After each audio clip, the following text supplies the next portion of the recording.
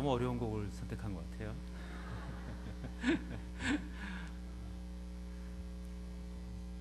저희 그 찬양 인도자가 워낙 수준이 높으셔서 저도 청년 예배 가면 저도 예전에 찬양을 잘했다 생각했는데 못 따라하기도 하고 그렇습니다.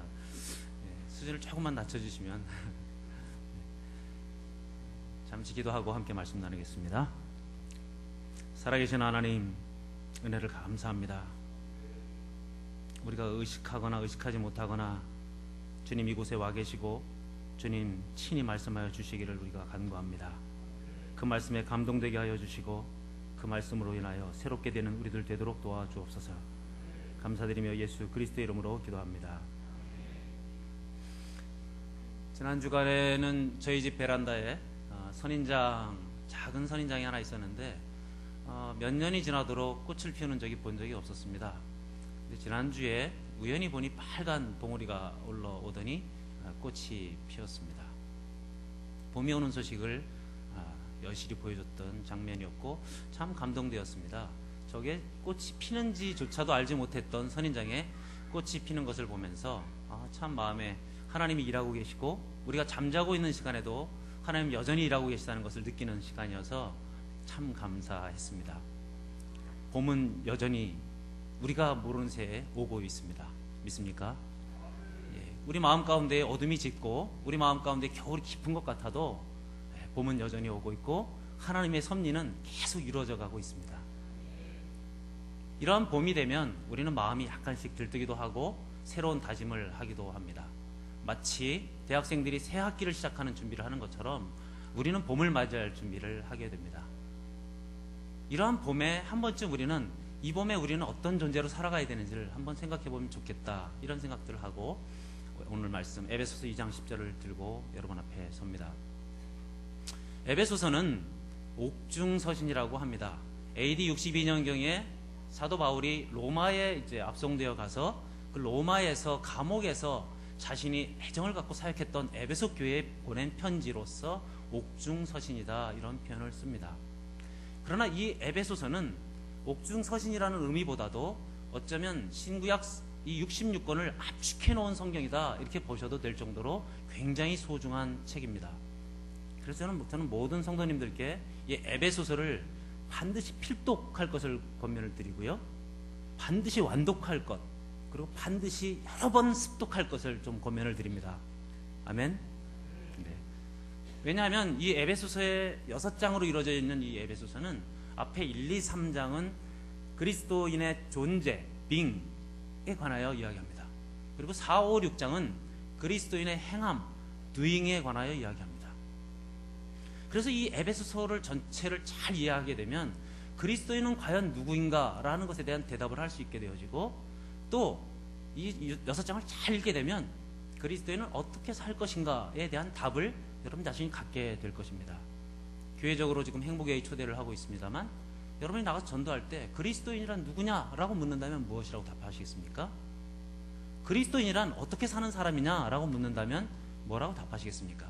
에베소서에 다 있습니다. 그렇기 때문에 에베소서를 필독, 완독, 습독하시기를 권면을 드립니다. 또한 이 에베소서는 오늘 이 2장 10절에서 굉장히 탁월한 신학적 논리들을 가지고 우리에게 다가옵니다. 여기 목사님, 전도사님들 다 계십니다만 신학교에서 배우는 조직신학이라는 과목이 있습니다. 거기서는 신론도 배우고요, 인간이란 어떤 존재인가, 죄가 무엇이냐, 또 그건 어떻게 해결할 것이냐, 기독론, 구원론, 이런 것들을 배웁니다.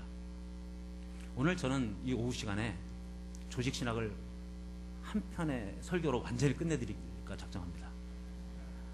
여러분 오늘 이 에베소서 2장 10절을 끝내고 나시면 조직신학 하나를 끝냈다, 이렇게 보셔도 크게 과언이 아닙니다.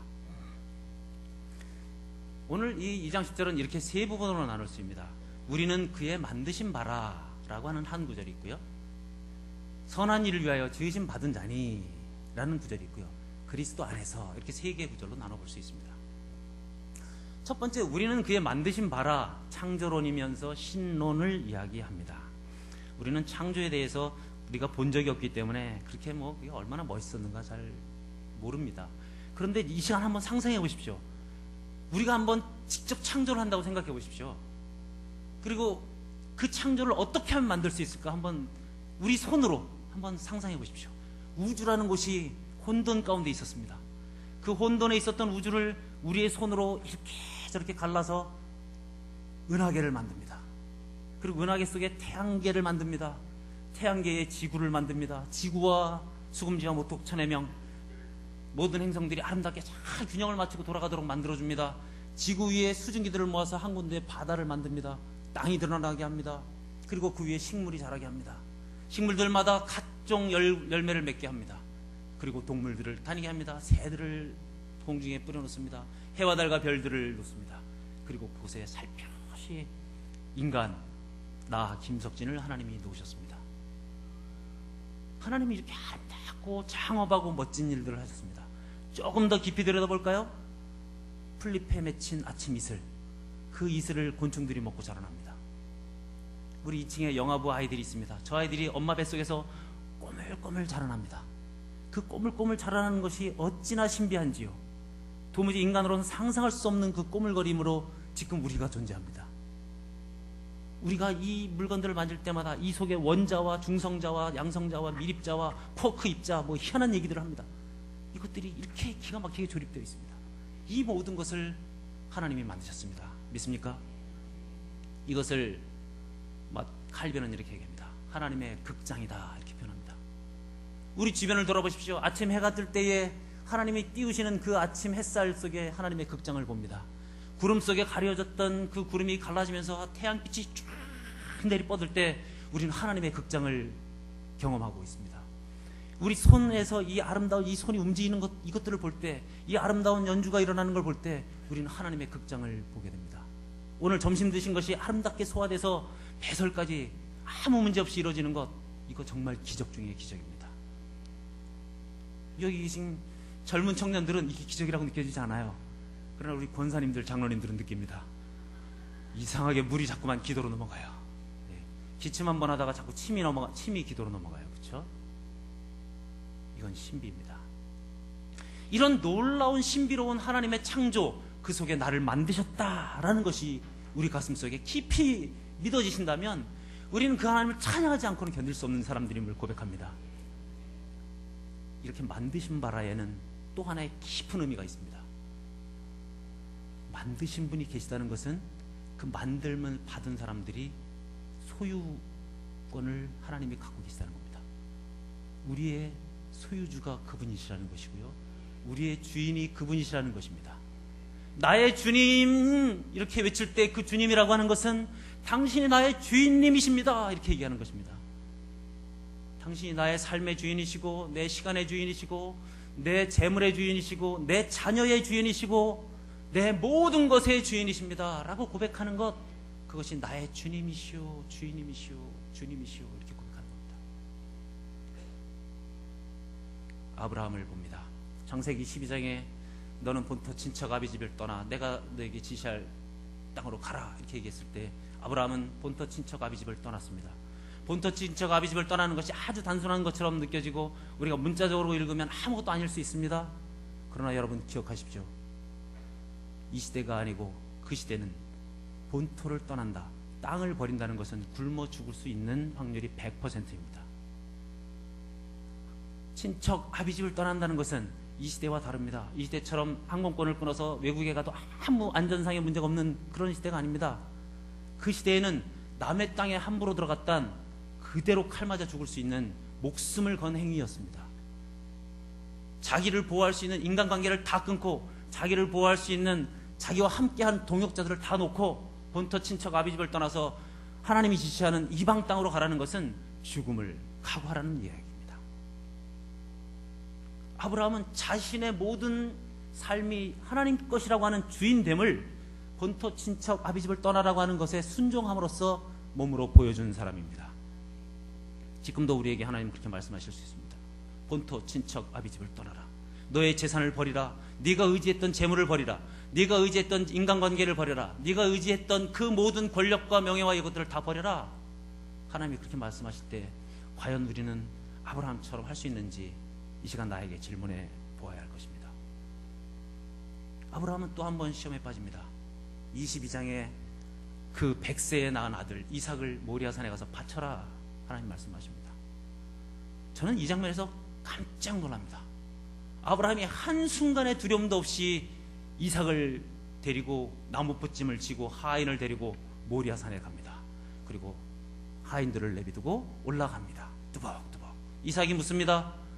하나님, 아니 아브라함 아버지시여, 도대체 제물 드릴 양은 어디 있습니까? 하나님이 준비하시리라. 하나님이 준비하시리라. 저는 이 아브라함의 행동과 이 말에 깜짝 놀랍니다. 어떻게 이렇게 믿을 수가 있는가? 심지어는 제물을 묶어놓습니다. 이삭을 묶어놓습니다. 그리고 제단을 펴니다. 칼을 뽑아서 가차없이 찌르는 행동으로 성경은 한순간의 머뭇거림도 없이 아브라함의 행동을 기술합니다.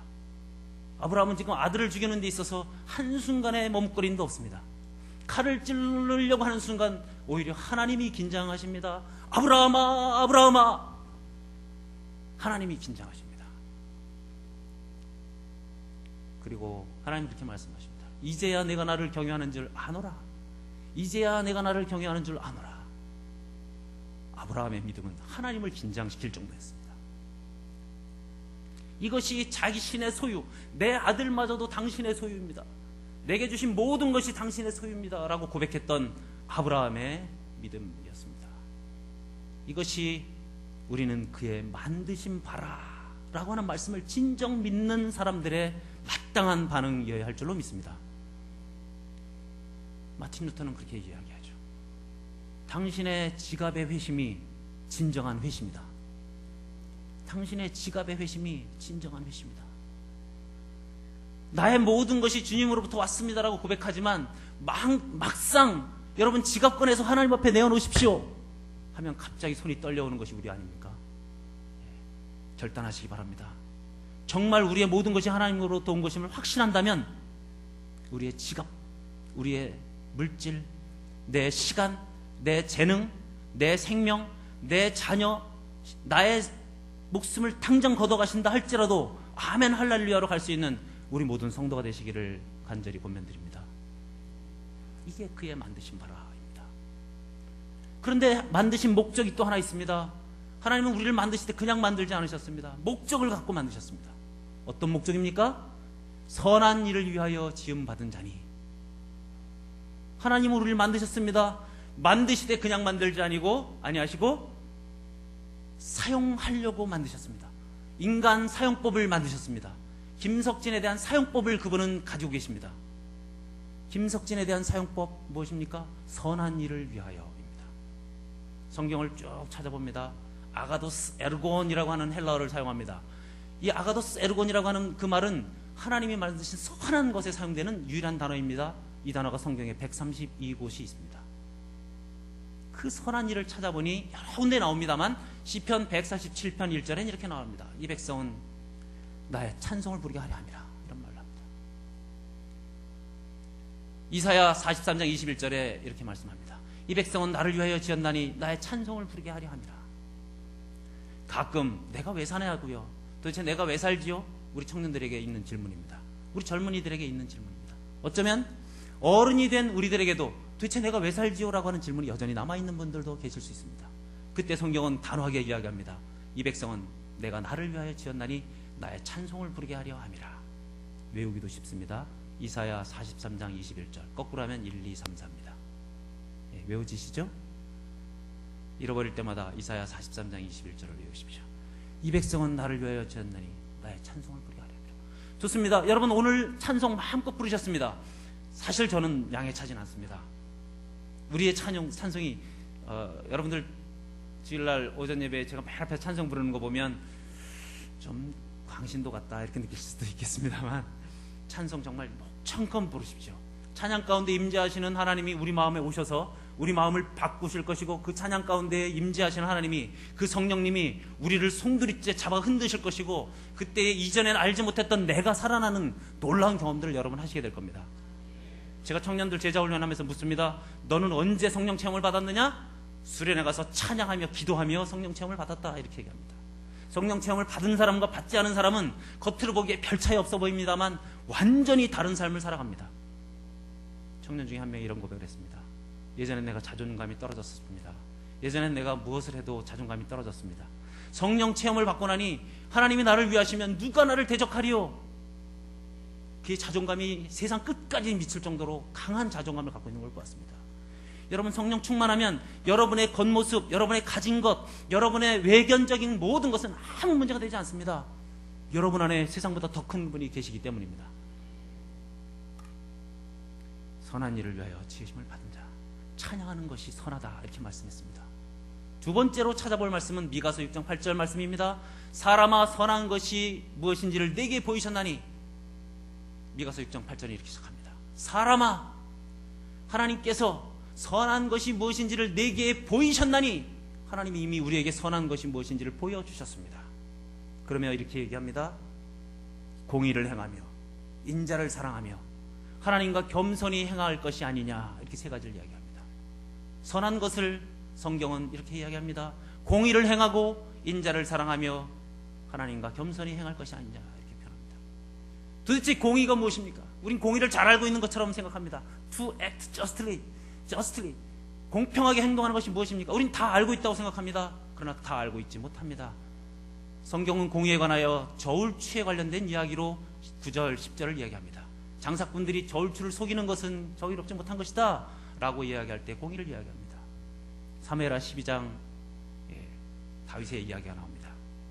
하루는 다윗이 왕궁위를 거닐다가 벌거벗고 목욕하는 한 여인을 봅니다. 우리가 너무나 잘 알고 있는 밧세바입니다. 밧세바를 보는 순간 다윗의 마음에 나쁜 생각이 들었습니다. 밧세바를 취하였고 밧세바가 임신합니다. 임신한 것을 속이려고 자기에게 충성을 다했던 장군 우리아를 최전방에서 죽게 합니다. 그리고 나단 선지자가 찾아와서 이야기합니다. 왕이시여, 한 마을에 부자가 살았습니다. 양과 소가 풍성이 많았던 한 부자였습니다. 어느 날 한 행인이 그 부자의 집에 놀러 왔습니다. 그리고 그 부자의 옆집에는 아주 가난한 한 농부가 살았습니다. 그 농부는 암양 새끼 한 마리를 키우고 있었는데 자기의 돈을 얼마나 열심히 모았는지 겨우 암양 새끼를 한 마리 사서 그와 함께 먹고 그와 함께 마시고 그와 함께 잠자고 오죽하면 그 암양을 딸처럼 여겼던 가난한 농부가 있었습니다. 양과 소가 풍부했던 그 부자에게 찾아온 행인을 대접하기 위하여 그 부자는 자기 양을 아끼고 자기 소를 아껴서 이 가난한 농부의 암양 새끼를 빼앗아다가 그 행인을 대접하였습니다. 다윗이 이런 망할 놈, 도대체 어떤 놈이 그런 짓을 하였느냐, 내가 하나님의 이름을 맹세컨대 그는 반드시 죽을지라. 그러자 나단이 얘기합니다. 당신이 그 사람이요. 공의는 이중잣대의 문제입니다. 어떤 사람이 말이 참 많았습니다. 그러자 그 사람을 보는 옆에 사람이 저 사람 참 수다스러워. 저 사람은 말이 많아서 비밀을 지킬 수 없을 것 같아. 그렇게 얘기했습니다. 또 옆에 한 사람이 있었습니다. 과묵했습니다. 말이 없었습니다. 그러자 이 똑같은 사람이 뭐라고 얘기했냐면 저 사람은 말도 없고 음흉해. 속을 알 수가 없어. 이렇게 얘기했습니다. 이 똑같은 두 사람을 놓고 박상진 목사님이 봤습니다. 그리고 말 많은 사람에겐 박상진 목사님이 이렇게 얘기합니다. 저 친구는 언어 능력이 뛰어나. 저 친구는 참 웅변을 하면 잘할 것 같아. 재능이 많군. 이렇게 얘기합니다. 말이 없는 친구에게 박상진 목사님이 말합니다. 저 친구는 참 진중해. 과묵해. 사람 속이 깊은 것 같아. 어느 것이 정답입니까? 말이 많은 사람, 말이 적은 사람, 보는 사람에 따라 시각차가 완전히 벌어집니다. 이 사람은 똑같은 사람인데 장점으로 보는 사람은 이 사람을 다 장점으로 보고 단점으로 보는 사람은 이 사람을 다 단점으로 봅니다. 이중잣대의 문제는 이렇게 존재합니다. 심지어 여기 계신 장로님들, 집사님들 운전해 보시죠. 저도 운전할 때 가다 딱 끼어들면 순간 제가 목사이기 때문에 참아야지 이러면서도 이렇게까지 하면 되나 이런 생각이 듭니다. 근데 만약에 그렇게 끼어든 친구가 제 딸이었다면 제가 빵빵했을까요? 아마 그렇게 끼어든 게 우리 박상진 목사님이었다면 오히려 손을 흔들었겠죠? 이것이 우리의 이중잣대입니다. 내가 나를 사랑하는 만큼만 남을 사랑할 수 있다면 우리는 아무 문제 없습니다. 내가 어디 가서 실수해서 밥을 태워도 나는 용서하지요. 어디 가서 내가 무엇을 넘어뜨려서 깨뜨려도 나는 용서합니다. 심지어 내가 살인을 했어도 나는 용서합니다. 그걸 어떻게 알아요? 형무소에 가서 물어보십시오. 여기 죄진 사람이 있습니까? 아무도 죄진 사람이 없습니다. 다 그렇게 해야만 할 이유가 있어서 그렇게 한 사람들일 뿐입니다. 그만큼 우리는 나 자신에 관해서는 얼마나 용서를 잘하고 나 자신에 관해서는 얼마나 관용하는지 모릅니다. 나 자신을 사랑하는 것만큼만 다른 사람을 사랑할 수 있다면, 아니 그 반의 반절만이라도 남을 우리가 관용할 수 있다면 우리는 공의롭게 행동하고 있다 말할 수 있을 것입니다. 선한 일을 위하여 지음받은 첫 번째는 그 공의입니다. 우리의 이중잣대를 걷어내고 내가 나를 관용하듯이 남을 관용하는 그리스도인이 된다면 우리는 이 첫 번째 관문을 넉넉히 통과하게 될 것입니다. 두 번째는 인자를 사랑하며입니다. 오늘도 오전에도 목사님이 사랑에 관한 말씀을 하셨습니다. 목사님 거 작은 거 하나도 없습니다. 그저 말씀을 준비하며 은혜되는 말씀을 나눌 뿐입니다. 우리는 그리스도인 공동체입니다. 요한일서 4장 7절에 이렇게 말합니다. 하나님은 사랑이심이라. 사랑하는 자마다 하나님을 알고 사랑하지 아니하는 자는 하나님을 알지 못하나니 하나님은 사랑이심이라. 우리 안에 사랑이 있습니까?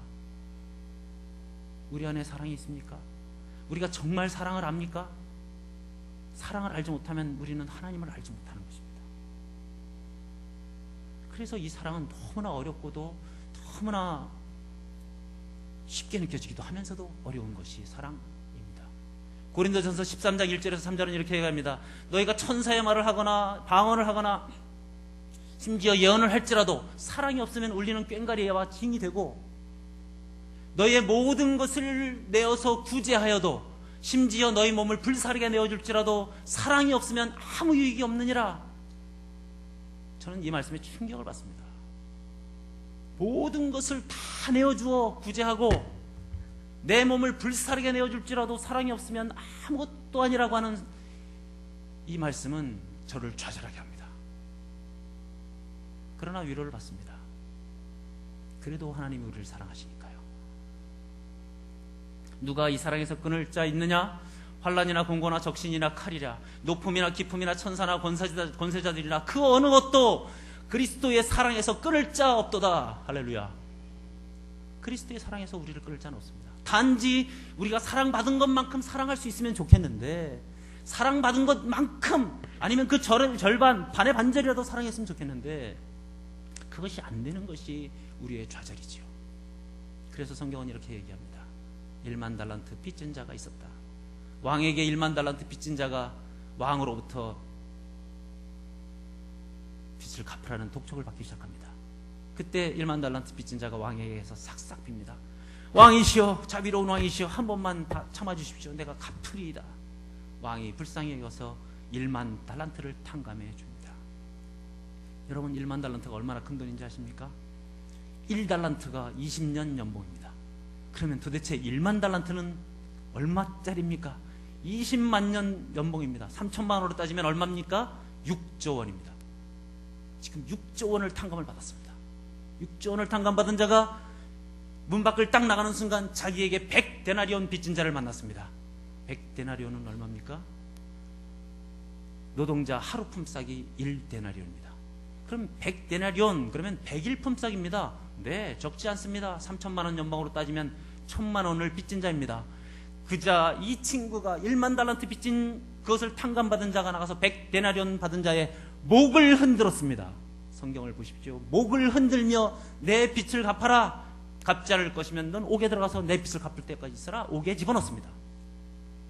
우리는 그 친구를 두고 이렇게 얘기했죠. 저런 말도 안 되는 인간, 어떻게 1만 달란트 빚진 자가 어떻게 100데나리온 빚진 자를 목을 잡고 흔들어서 옥에다 집어넣고 내 빚을 갚아라 난리를 칠 수 있겠는가? 성경에 있는 인물이라 우린 쉽게 얘기할 수 있습니다.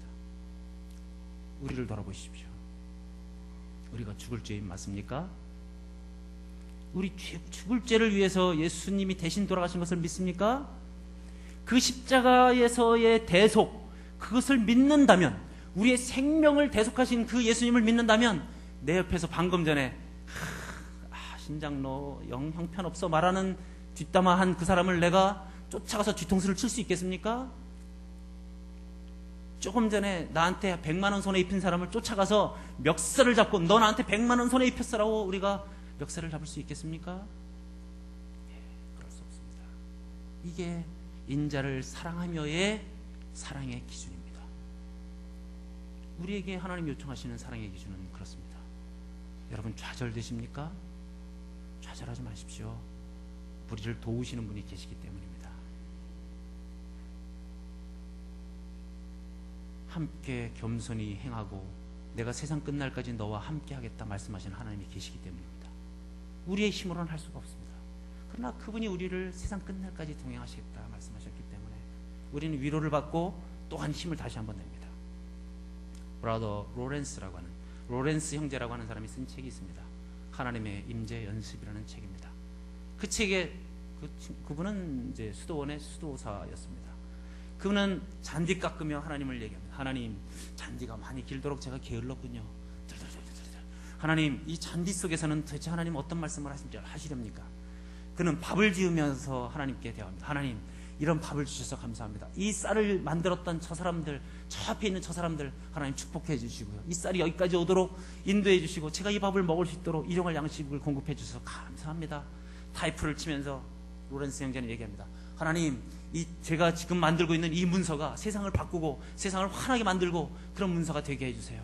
로렌스 형제는 그렇게 이야기하면서 하나님과 동행하면서 일합니다. 제 아내가 설거지할 때 찬양하면 저는 참 그렇게 마음이 좋습니다. 찬양하면서 설거지하는 아내 마음속엔 지금 노동을 하고 있는 게 아닙니다. 그는 가족을 위한 아름다운 섬김의 사랑의 봉사를 하고 있는 거죠. 저는 권사님들을 볼 때마다 제가 참 마음에 감동이 됩니다. 왜냐하면 다 이렇게 감사합니다 하세요. 젊은이들은 도대체 권사님들이 뭐가 감사할까 좀 궁금할 거예요. 근데 권사님들은 모든 게 감사해요. 건강한 것도 감사하고 좋은 자녀들 주신 것도 감사하고 다 감사하죠. 여러분, 우리의 감정은 속일 때가 많아요. 감정을 믿지 마세요. 감정은 우리를 가끔 쓸데없이 두렵게 하고요, 쓸데없이 사랑이 없어졌다 생각합니다. 여쭤보겠습니다. 우리 박 목사님 결혼생활 25년 했는데 지금도 아내의 손을 잡으면 짜릿짜릿합니까? 짜릿짜릿하면 비정상이에요.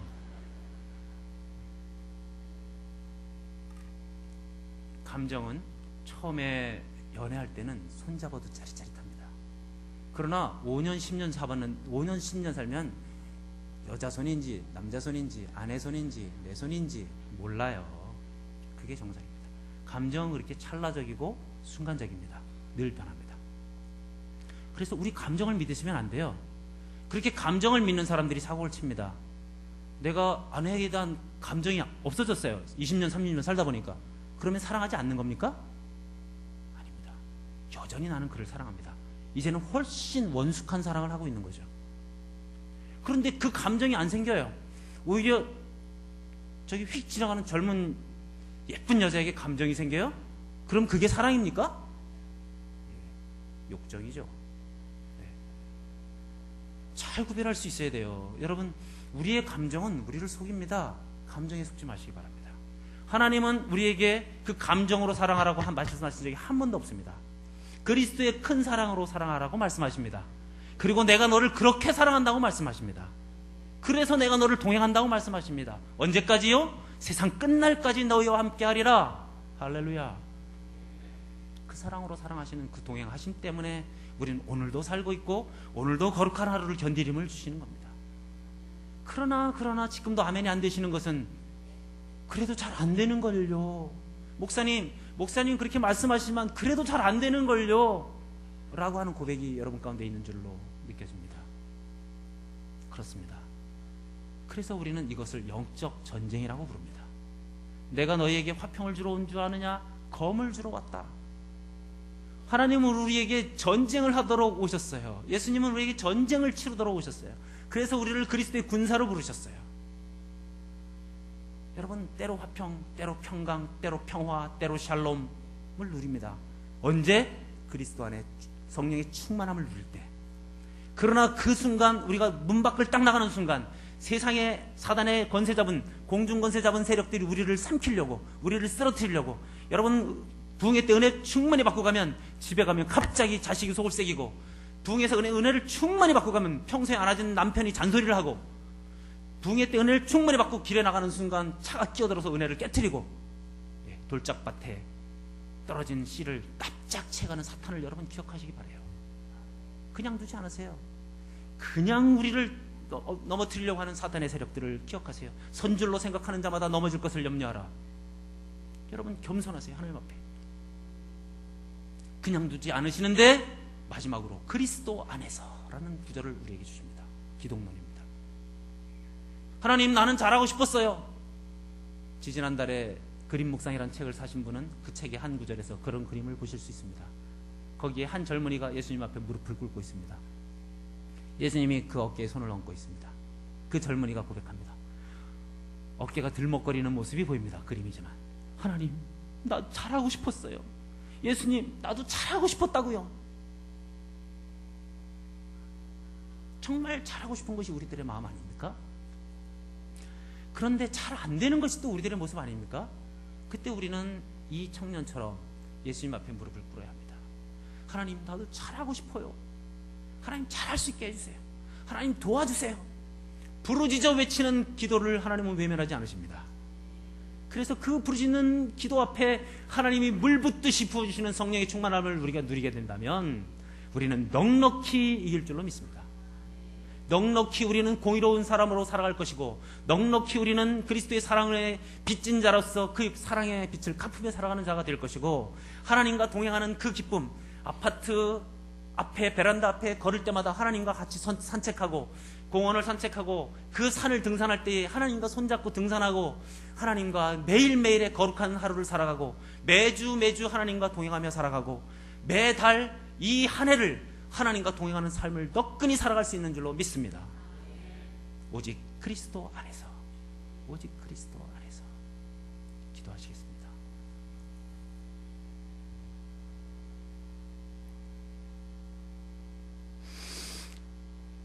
사랑의 하나님, 은혜를 감사합니다.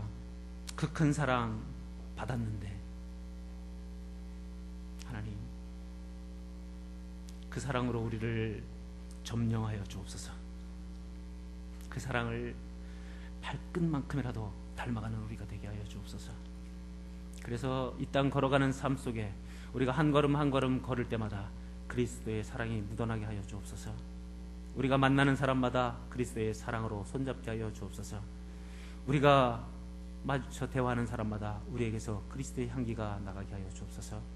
그래서 세상 사람들이 저들은 그리스도인이구나 라고 고백되어지는 우리 모두가 되게 하여 주옵소서. 감사드리며 예수님의 이름으로 기도합니다.